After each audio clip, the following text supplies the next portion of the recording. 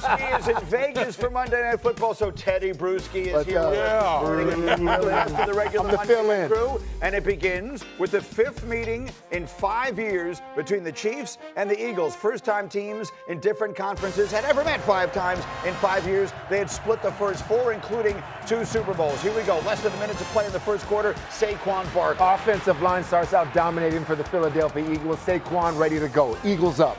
The other side, Chiefs down 7-3. We're under 3 minutes to go in the half. Rex, this was pretty much the offense. Yeah, absolutely. Patrick Mahomes running for his life. Why?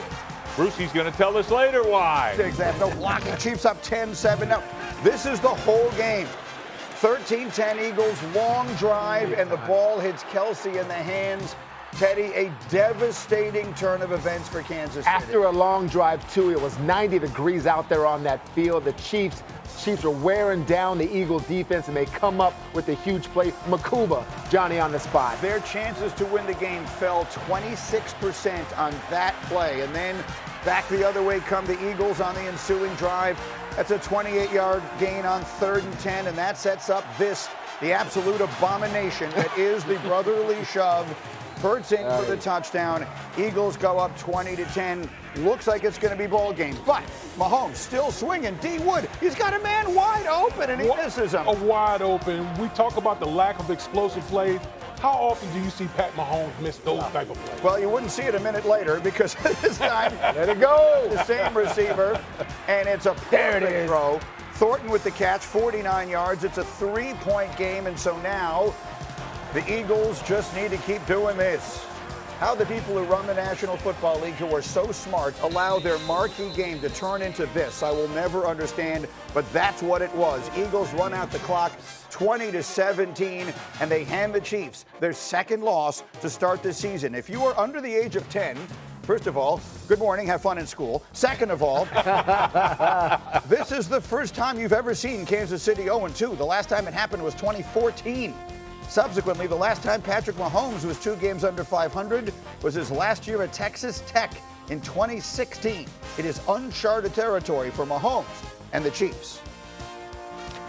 Obviously, we've never been 0-2, but we've had times where we've dealt with challenges before and lost games. And so I think the guys that we have in this locker room, they'll go back to work with that mindset of we're going to continue to work even harder so that when we step on that field this next time, we can find a way to win in those big moments like we have it this first 2 weeks.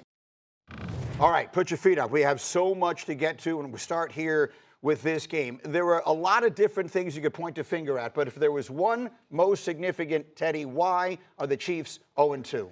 The inability to block. It's simple. It's fundamental football along the offensive front. Woody knows it. I mean, I see it as a defensive player that Patrick Mahomes not having time. And during the game, this is the one. This is the one where they're trying to establish something. This is a power football running set right here, daring the Philadelphia Eagles to stop them on 4th and 1, and they get absolutely overwhelmed by the defensive line, by Jordan Davis, by all of the Eagles defenders. That's where they're winning. The line of scrimmage, Patrick Mahomes he's spectacular, but you can't ask him to continually scramble around and run and be the focal point of their rushing offense also every single game. That was the 4th and short early in the 3rd quarter from their own territory. They're trying to establish something. Instead, it turns into the field goal that's ultimately the difference in the game. And Rex, you watch this stuff through the eyes of a defensive coach. You saw something that demonstrated a blatant lack of respect on the part of Vic Fangio for the Chiefs offense. Absolutely, and here's why. Look, in the Super Bowl,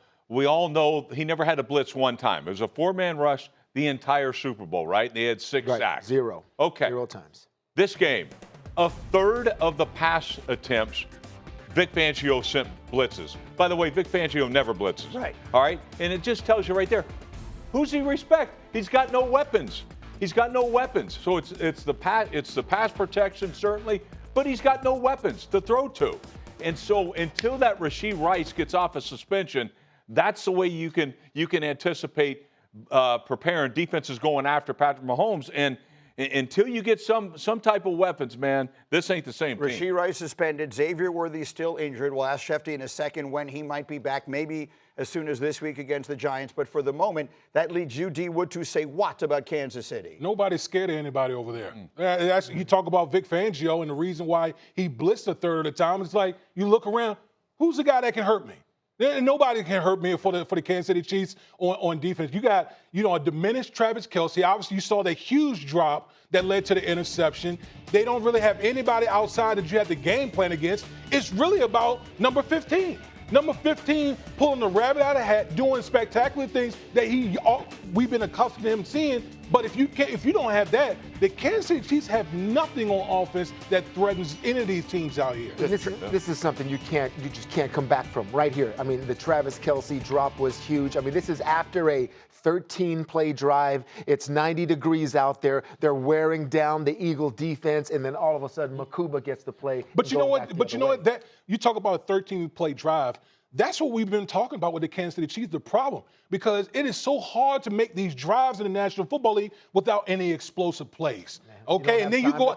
That's right. You don't have time to protect, and then obviously you cap off a 13-play drive with a crushing interception on the goal line. We also said all week long, will the Chiefs get their running game going? It's the second consecutive week in which Mahomes is their leading rusher. Everything does not look right here. Schefter, your biggest takeaway from this day? The biggest thing here to me is that this game was lost in March. This game was lost when the NFL owners refused to ban the tush push from happening. It wasn't lost yesterday. It was lost in March. And there might be a lot of games that the Eagles play that are lost in March because this play is unstoppable. It not only does the defense not know how to handle it, but even the officials don't even know how to handle it. You're seeing the Eagles linemen jump off sides. Officials have no idea. Defenses have no idea, and the Eagles get to do whatever they want on every single play in the tush push. And again, I know people hate it, but they have mastered it. They dominated the line of scrimmage. The Chiefs are up for the challenge. You see them right there. I mean, you see the plan to stop them up front, but you can't when it's a false start. I mean, we're all looking at the ball, and all of a sudden you got two guards coming at you. Just officiate it properly. That's all. I mean, we as defenders, we love the challenge. We'll try to stop it. We can get it stopped in critical situations. But right there, two players false starting. I mean, that should be 5 yards, and they should be back on the 5 yard. You can see it from the top. That is a false start. Officiate it properly. They don't know how to officiate it. They don't know how to stop it. Nobody knows what to do about it. And that is one of the main reasons that the Eagles can't be stopped and that they're 2-0 today. So they miss it the first time on the play on the goal line, Rex. Brady comes out of the commercial and immediately shows you that it was that. I'm asking you as a head coach.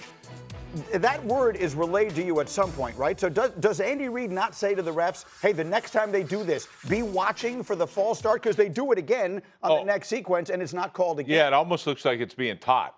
I mean, that's what I'm saying. So quite honestly, yeah, every coach in the league is going to say, look, we got to get this officiated correctly, 100%. And yeah, don't kid yourself. I think it's being taught because both guards fire off. Why would you do it? You've got to get some kind of movement to allow it. So they're teaching it this way. Come on, dude. And I think they can say, oh, no, we're not. The hell you're not. Because it's not just coincidence, in my opinion. And I don't blame the Eagles for it. No, I don't even know. If it's legal, do it. And if they don't call it, do it. Everyone will try and find any competitive edge they can find. There's nothing wrong with bending a rule here and there. It's okay. You guys know that. It's okay. This guy plays by the rules, and we'll just say that. Okay?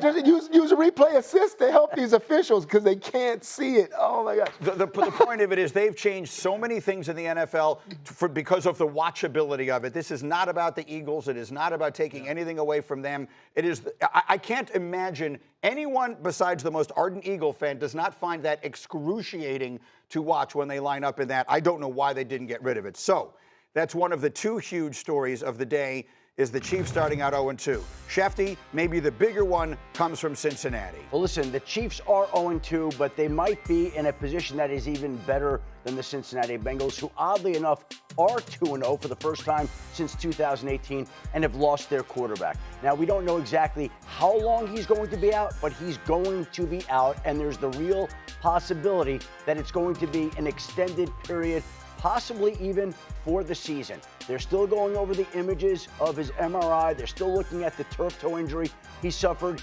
yesterday. But if he needs surgery, and that's certainly a real possibility, if that happens, he will be out a minimum of 3 months. So we are now on September 15th. 3 months from now will be December 15th, that puts us at the end of the season. Who knows whether they would be alive in the chase for a playoff spot if Joe Burrow is out until December 15th. And you hate to see any quarterbacks go down, but Joe Burrow has taken a beating throughout his entire career. There are a litany of injuries that he's had to fight through from the moment he was drafted. In 2020, it was all the knee injuries when he was getting hammered in the pocket.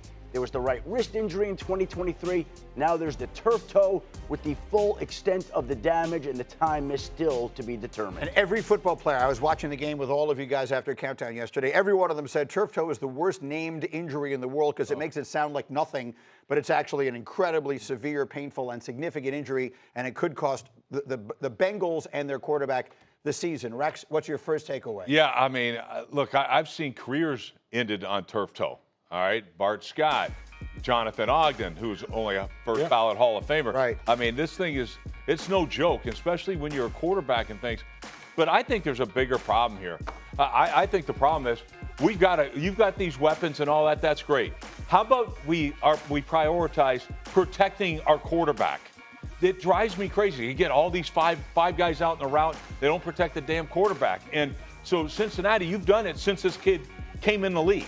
All right, we get it. He's a phenomenal talent. Let's go protection first with this guy. You got two great edge guys. How many damn wideouts you need out there? So to me, I mean, they got to take a deep dive at themselves and say, we're going nowhere without this quarterback. You know, first thing for me is like, I think of last year how they wasted an all-time great season, and now we find ourselves in a situation again where the quarterback is going to miss significant time. And just to echo what you talk about, Rex, like, none of these weapons mean anything if you can't keep your guy upright on the field. None of it. Yeah. You've poured all this money into your receiving core, but the most fundamental thing, as far as blocking and protecting your quarterback, you're failing.